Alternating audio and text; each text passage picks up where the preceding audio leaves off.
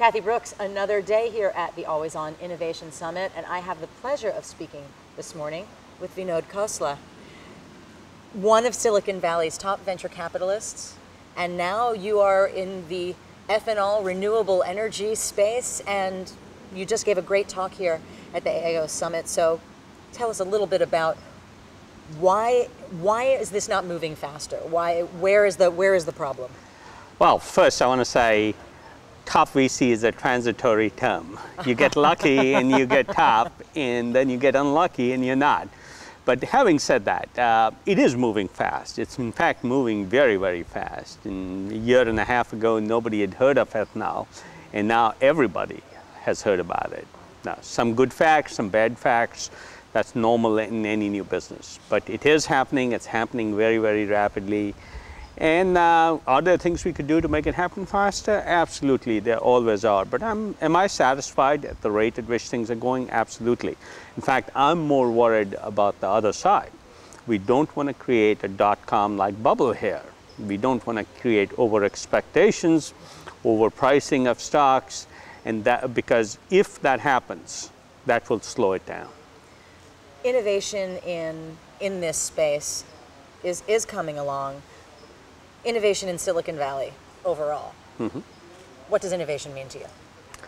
Innovation is change, making change happen, making breakthroughs happen, and there's plenty of it going on in the Valley. It's pretty exciting. I mean, I think it's only, you sometimes hear people look back and say, well, nothing's changing. In old businesses, by definition, things don't change. So you have to be open to new ideas and new ways of doing things before you can talk about innovation. And there's plenty of it around. How have you seen Silicon Valley change over the years? Or has it? The fundamental tenet of Silicon Valley has been the same. Silicon Valley is about the power of ideas powered by entrepreneurial energy. That's what Silicon Valley is. It's about entrepreneurs who are passionate about bringing new technologies to market, about changing the world. It gets distorted once in a while by the financial side of things. People come in and want to make a buck. That's a good thing. It drives a lot of good things happen.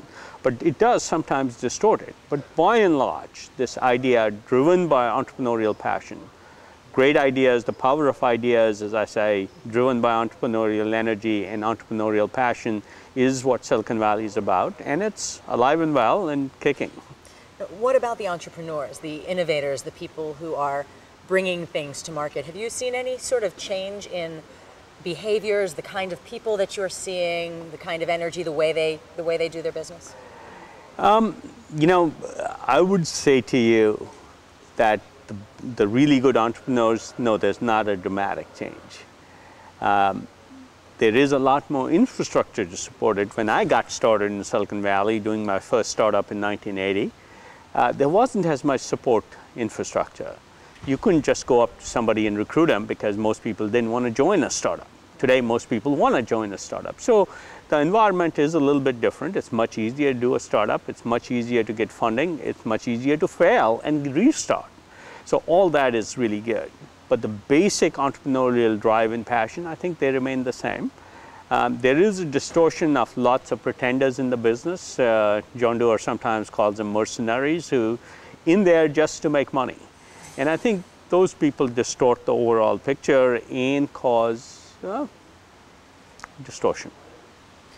When you look at some of the innovations that have come out of Silicon Valley in, say, the last 5 to 10 years, what are some of the greatest surprises to you? Either technologies that got some steam behind them that you thought you were caught by surprise, or something that you really thought had some promise that perhaps didn't really go anywhere?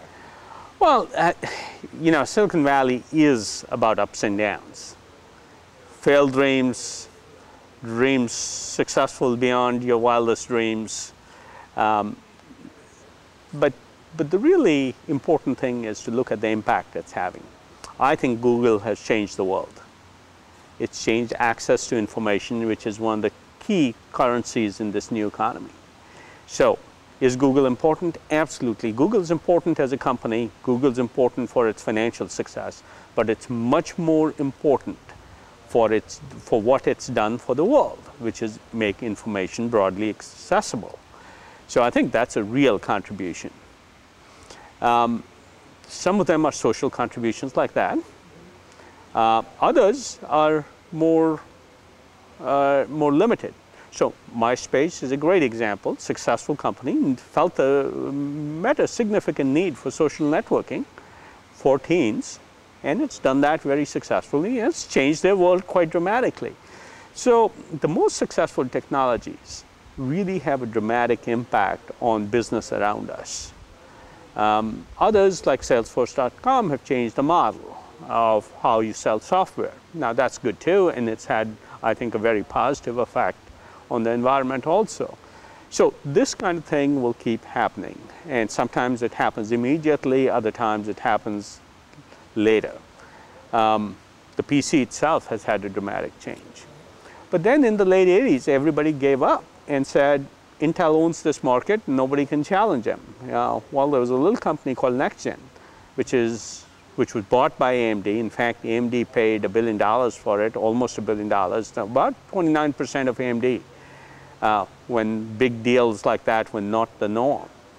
And it has completely changed the dynamic in the microprocessor business, increased the level of competition, and made Intel a lot more nimble suddenly.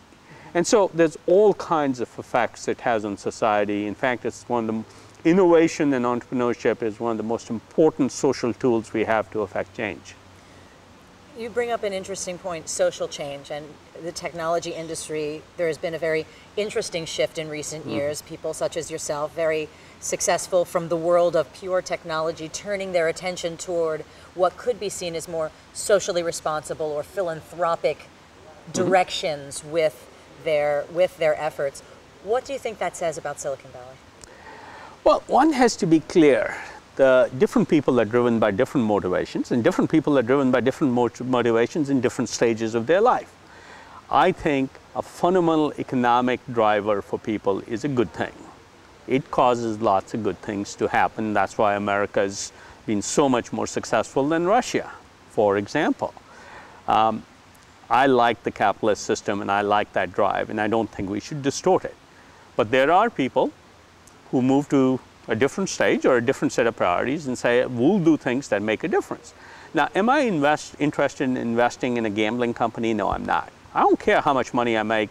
It's not something that excites me, and I probably won't. Am I interested in investing in things that really make a difference? Yes, that's very important to me. Financial is not my biggest driver. It is still a big driver for my partners, and that's a good thing. Somebody has to. Somebody has to. So I think at various stages, your priorities change as a person. You start doing different things. I love what Starbucks is doing. You know, Walmart has a new green initiative because they care. Insurance industry cares about the same thing, but for strictly economic reasons. Every Katrina is a $100 billion hit to them. That's a problem. So I don't want to say it's good or bad. It's just different stages of your life. You focus on different things. But I do believe basic capitalism is going to continue to be the key driver and should be the key driver. What's one of the biggest lessons that you have taken over your career in the last, say, 10 years? Is there a big lesson that you could impart to the listeners? Well, at the personal level, I find it's a lot more rewarding to do impactful things that make more money. It's a lot more rewarding psychologically to do things that make a difference. So that's one big personal level, personal level thing I can say. What else can I tell you? I would say that